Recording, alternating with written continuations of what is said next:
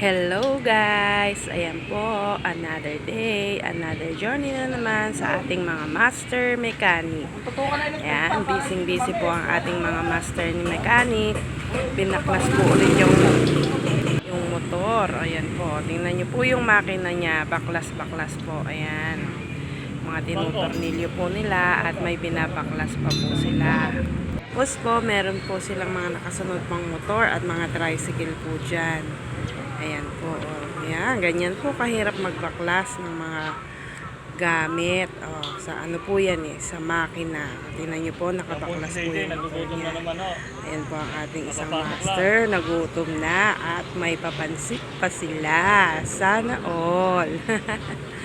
Ayan. Nakabang na ang aking mga alagang miming. Ayan po. Hindi pa po kasi yan mga nag-aalmusal. Ayan, ang mga makinang nakabaklas. Nakita nyo po, baklas-baklas. Ayan, nag-rest po yata muna ang aming mechanic. Kakain muna sila. Habang naka-open lahat ng mga makina. Ayan, pagkakain po niyan, gagawin na po ulit nila yan. Marami po silang pinalitan dyan kasi marami na po silang nakitang sira sa loob. Di po ba? Ayan ang kanilang work ngayon.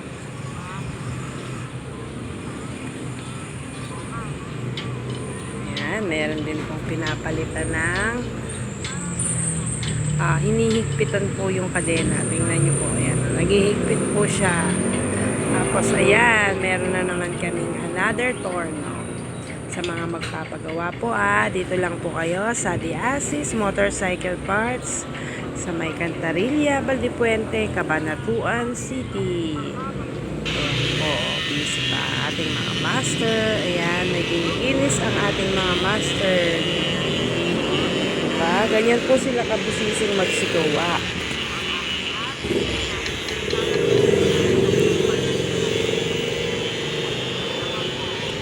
Dahil sa nabuksan na po nila, tingnan nyo po may tagas ng langis. Dahil sa nabuksan na nila, nililinis na rin nila yan.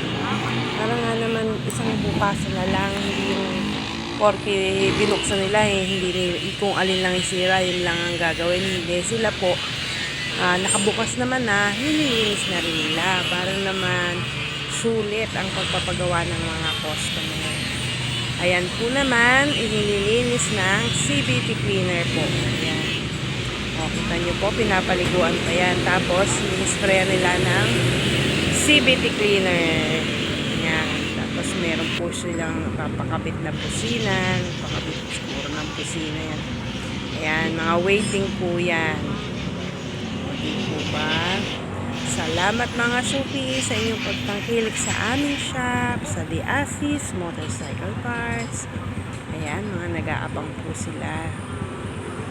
Iba po kasi pinagbabantay na namin para nakikita nila kung ano yung mga sira.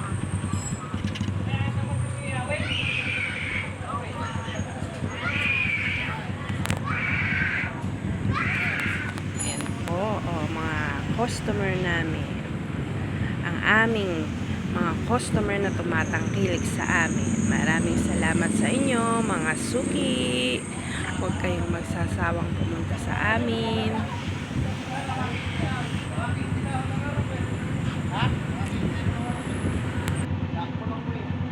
Sige na ba?